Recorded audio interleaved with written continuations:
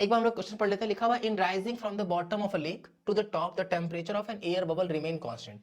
पहली बात तो ये हम लोगों को ध्यान रखना है भाई कि अगर कोई एक एयर बबल जो है वो किसी सरफेस के बॉटम से ऊपर की ओर पहुंच रहा है, तो जैसे जैसे ऊपर जा रहा होता है तो हम लोग ये मान के चलते हैं कि उस केस में जो टेम्परेचर है वो कांस्टेंट है। ठीक है, ऐसे केस, ये वाला केस हम लोग ना एक्वेरियम में भी नोटिस कर सकते हैं कि एक्वेरियम के केस में कई बार वो नहीं ऐसा बबल क्रिएट करने वाली पाइप होती है जिसमें बबल्स बनते रहते लगातार ऊपर क्यों जाते हैं।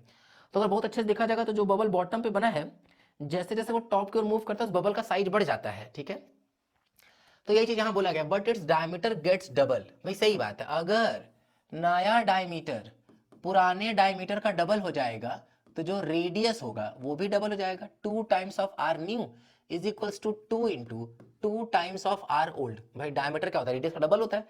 2 अगर हम लोग कट कर देंगे तो जो नया वाला रेडियस होगा वो पुराने वाले रेडियस का क्या होगा, डबल होगा। मतलब जिस तरह का चेंज डायमीटर के साथ होता है उसी तरह का चेंज रेडियस के भी साथ होता है। ठीक है, if the pressure of the surface is equals to h meter of mercury column, surface पर प्रेशर किसके इक्वल होता है, पी नॉट के बराबर।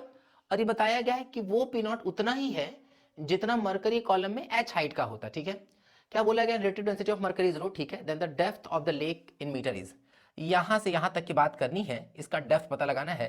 इस फिलहाल हम लोग इस डेप्थ को हम लोग क्या मान लेते हैं, कैपिटल एच मान लेते हैं। क्लियर ना, देखते हैं, शुरुआत करते हैं भाई एक बार देखते हैं कैसे कैलकुलेशन करना है। चूंकि टेम्परेचर कांस्टेंट है, 1 बाय 1 चलते हैं।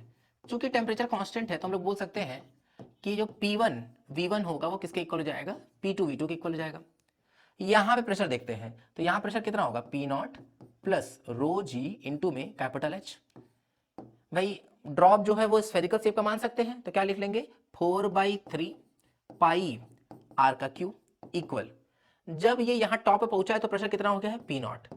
नया वाला वॉल्यूम देखेंगे यहां पर तो यहां तो रेडियस डबल हो गया है, तो अगर हम लोग वॉल्यूम लिखेंगे तो क्या लिख लेंगे, 4/3 पाई 2r का क्यूब, तो 2 का क्यूब 8 और r का क्यूब तो चल ही रहा है यहां तक। ठीक है, यहाँ पे अगर हम देखें तो 4/3 pi R cube 4/3 pi R cube cut जाएगा, क्या बचा यहाँ पे, पी नॉट, ध्यान देना एकदम, प्लस रो जी एच इक्वल, यहां बचेगा 8 पी नॉट, इधर ले जाकर के माइनस कर देंगे तो रो G into capital H equal क्या आ जाएगा, 7 पी नॉट।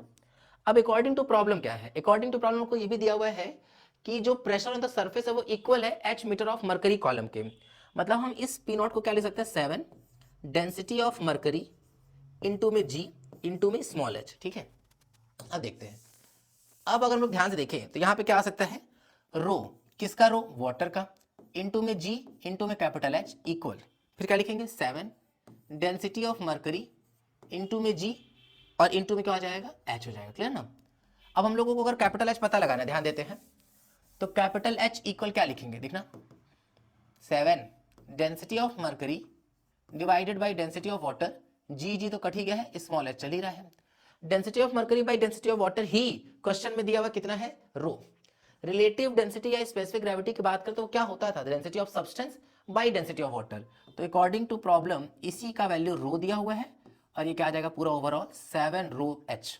7 रो एच मतलब इसका ऑप्शन नंबर सेकंड ठीक हो जाएगा। क्लियर ना, थैंक यू।